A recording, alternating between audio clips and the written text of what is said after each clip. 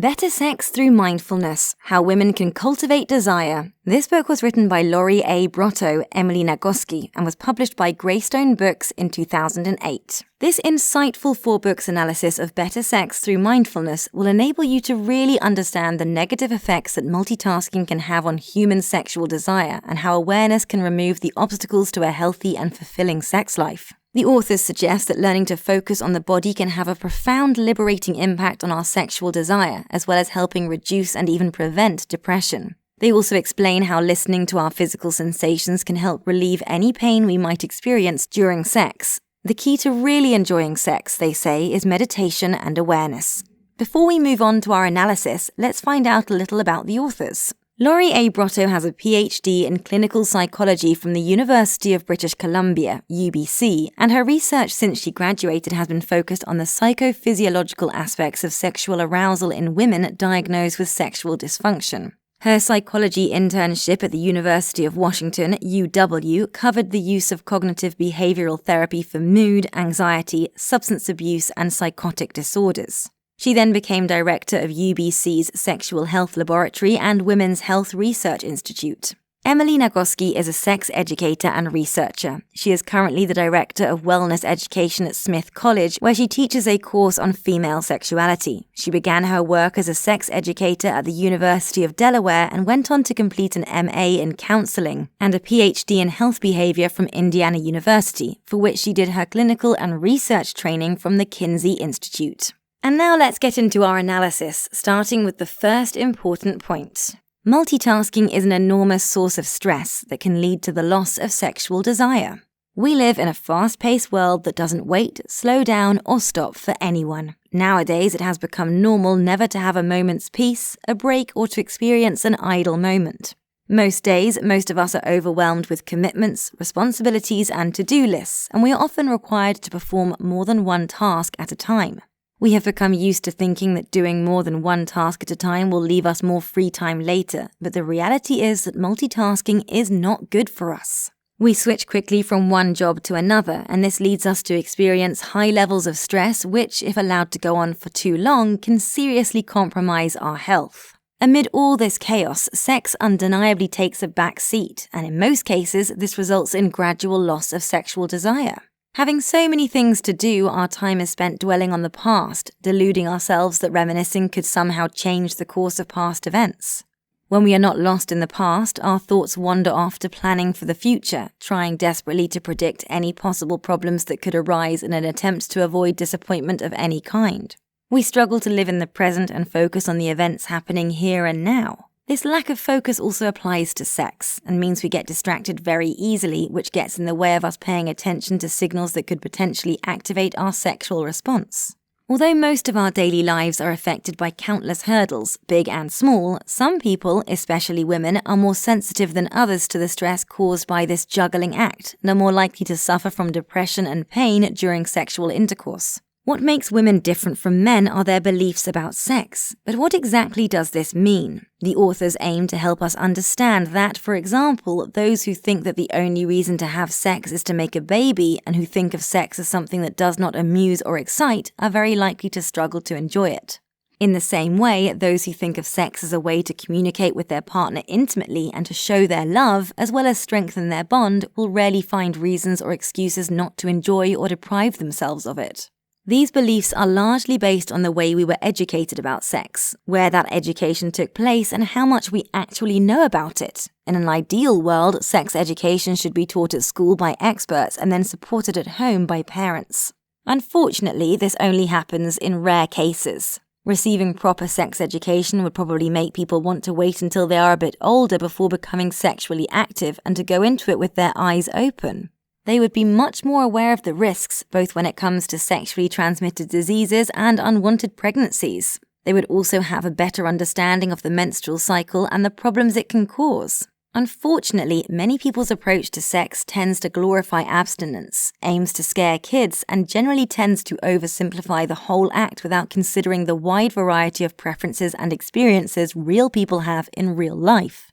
They never mention the pleasure that can be experienced during sex, and they never provide enough practical information, but practical information is exactly what kids need. and they often start asking questions about sex long before the onset of adolescence. The awareness achieved through meditation can help us reduce the obstacles that prevent us from having an enjoyable sex life.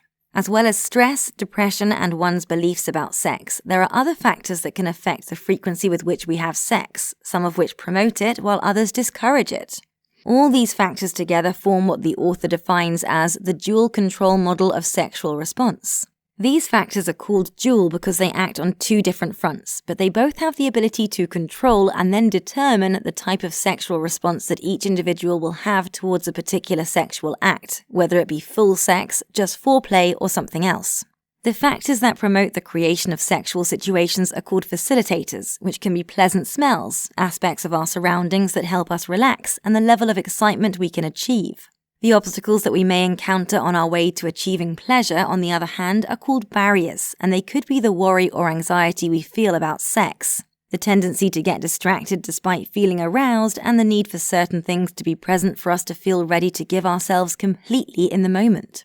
Often, when a person seeks counseling to help with sexual dysfunction, the professional aims to increase the quantity and quality of the facilitators, believing that this will help the person overcome the barriers by themselves.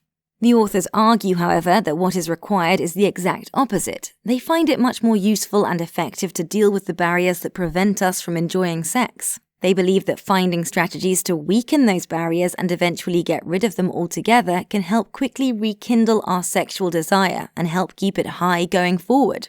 To get rid of these psychological barriers once and for all, we need to follow a meditation-based method that will help increase awareness of our breathing or help us focus on a specific part of our body. This might sound easy, but it can actually be much more complicated than we realize because we tend to underestimate how difficult it is to pay attention to something.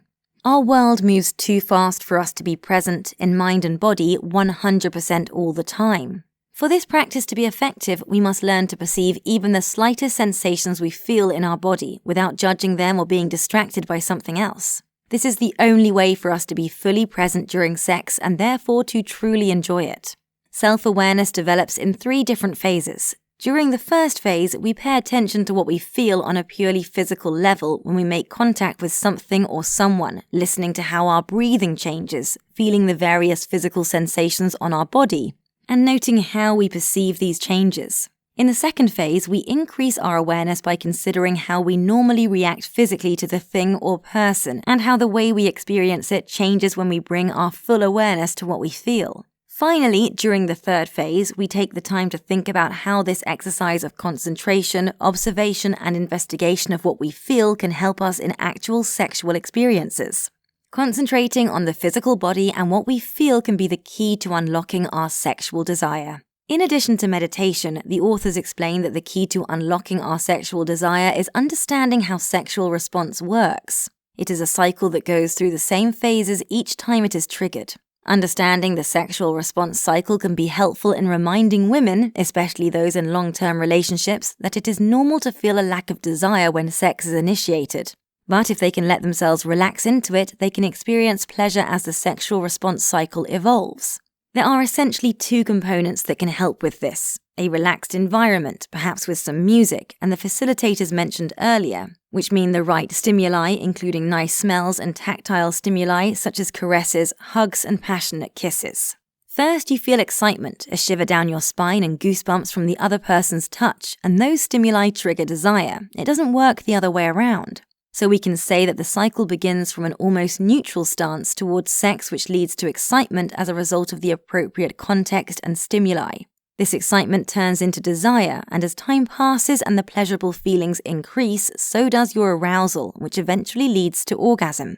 At each of these phases, there are many factors that can compromise the normal functioning of the sexual response cycle, such as not having a clear reason to have sex or being constantly distracted by a noisy environment, or by an unpleasant smell that can make it difficult to get excited, and so on. The meditation practice described by the author is one of the main ways we can learn to deal with the onset of these problems, returning our focus to ourselves and blocking any annoying or distracting stimuli. Meditation can help us feel the excitement that we usually have trouble noticing when we are distracted by our thoughts or worrying about what is going to happen next. It is important to learn to apply the meditation exercises to sex, using them to help heighten our awareness of any physical sensations.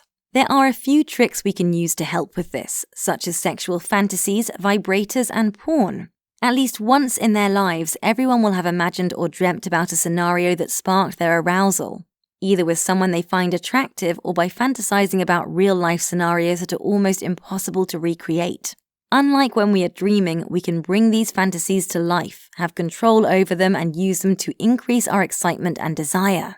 Vibrators can do the same thing. They come in all different sizes, shapes, colors, and can be used in lots of different ways. They do increase libido and sexual response, but not everyone enjoys them because some people see them as an artificial means to experience one's sexuality. You don't have to use a vibrator, but if you have never tried one, it could be fun to give it a go.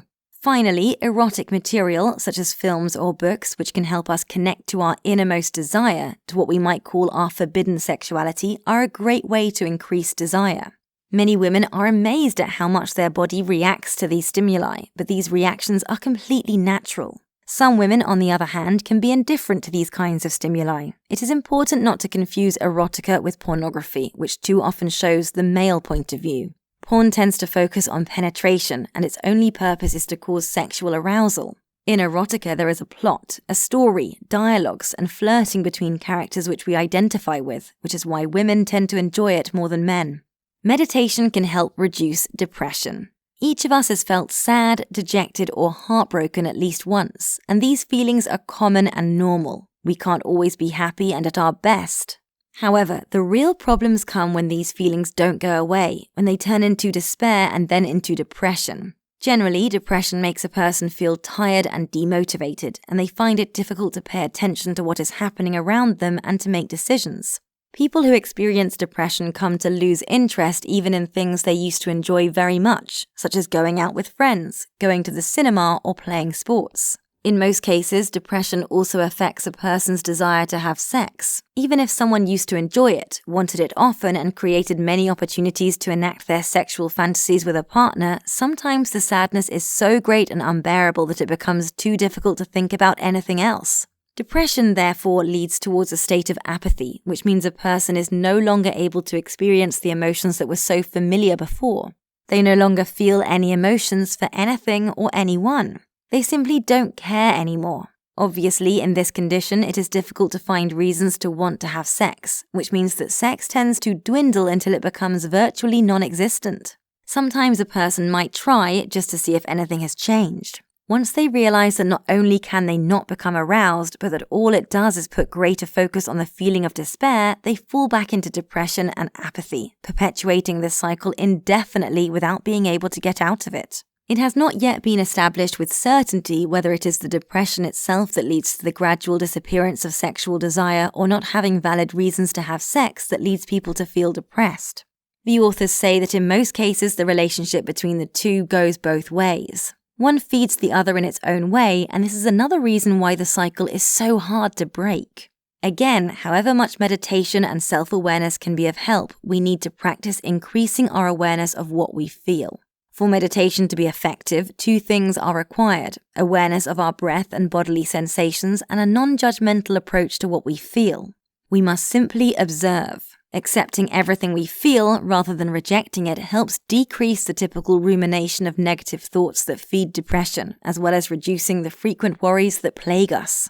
Sometimes penetration can be painful, but tapping into the sensations in our bodies can actually help reduce the pain. Physical pain can unfortunately be another obstacle to experiencing sexual pleasure. Some women experience pain during penetration, others feel it at the slightest touch of their genitals. It is therefore easy to understand why women who experience any type of pain during intercourse might avoid it like the plague. The main solution for many women is to avoid any situation that could lead to their partner wanting to have sex with them, avoiding making him excited at all costs. However, women who do this often feel very guilty for depriving their partner of sex and for no longer feeling desirable, which is then heightened by thoughts that their situation will never improve. Often these symptoms lead to great anxiety and depression, a tendency to exaggerate their pain and to anticipate it even before they actually feel it, which then ends up overstimulating the brain's pain receptors. According to the authors, meditation can also be a big help with this.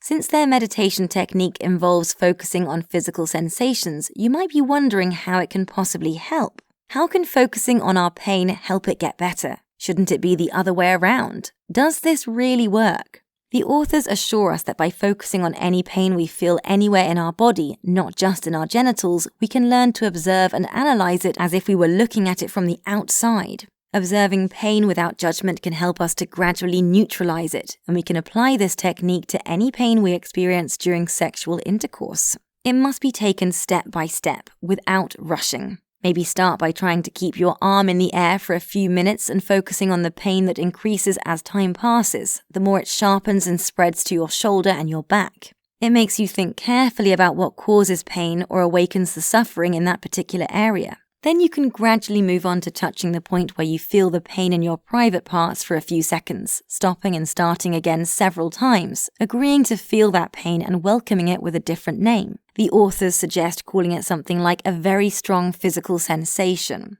As you continue with these exercises, the pains you felt before will become increasingly weaker and you will be able to get past them. Another thing that can help women who experience pain during penetration is pelvic floor physiotherapy. It includes massage, stretching, exercises, and inserting objects of different sizes into the vaginal canal to get more used to sexual penetration. Of course, if meditation is added to all this, the practice becomes even more effective.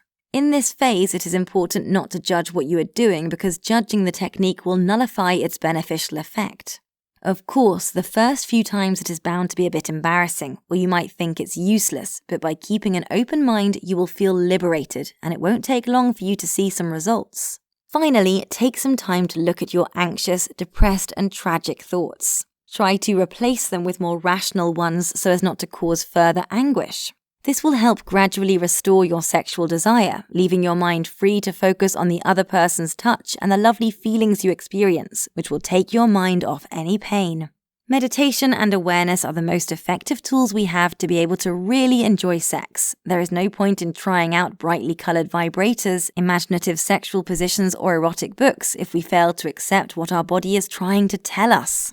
Too often we tend to avoid what makes us suffer for fear of pain, loneliness, or guilt.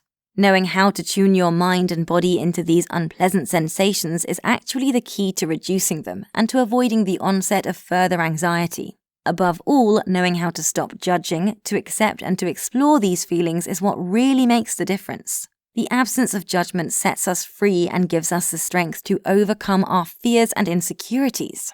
Once we manage to focus on what we feel, whether it is good or bad, we can use that same technique during sex. Focusing on what we feel can help fuel our level of excitement and improve our degree of sexual satisfaction. Throughout the book, the authors come back to meditation, the ability to concentrate and develop awareness of the body and the senses, as absolutely vital in enabling us to have satisfying sex.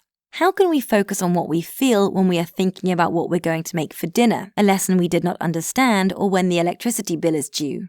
Being present with your whole body and mind in the moment is the key. If you start thinking about something else, wondering about what happened in the past and what might happen in the future, you will begin to feel disoriented and you won't be able to fully enjoy the sexual experience. It is not the weird and wonderful positions of the Kama Sutra that make sex exciting, neither is it how long a man can last in bed.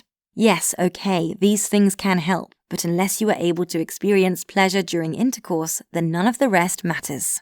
That brings us to the end of our analysis. If you are curious to find out more about the concepts and suggestions presented in Better Sex Through Mindfulness, you might like to try reading the book. In the meantime, here is a taster with our selection of quotes. Mental health, anxiety, and stress are major exterminators of sexual desire and arousal in women. By practicing mindfulness, you learn to observe and accept your feelings, reduce the tendency to ruminate about them, and experience mindfulness as a form of coping with them. A healthy sexual response resides in the brain, and that is exactly what mindfulness targets. And before we leave you, here is 4books' key take-home message from Better Sex Through Mindfulness. Multitasking, or the habit of doing several things at once, is a huge source of stress that can lead to a loss of sex drive, but mindfulness, achieved through meditation, can help lessen the obstacles that prevent you from having a fulfilling sex life. In fact, focusing on your body and its signals and feelings can be the key to increasing sexual desire, whilst decreasing and preventing depression. Although penetration can be painful for some, tuning towards our feelings of suffering rather than turning away from them can actually help reduce them. Therefore, meditation and mindfulness are the most effective tools we have to help us truly enjoy sex.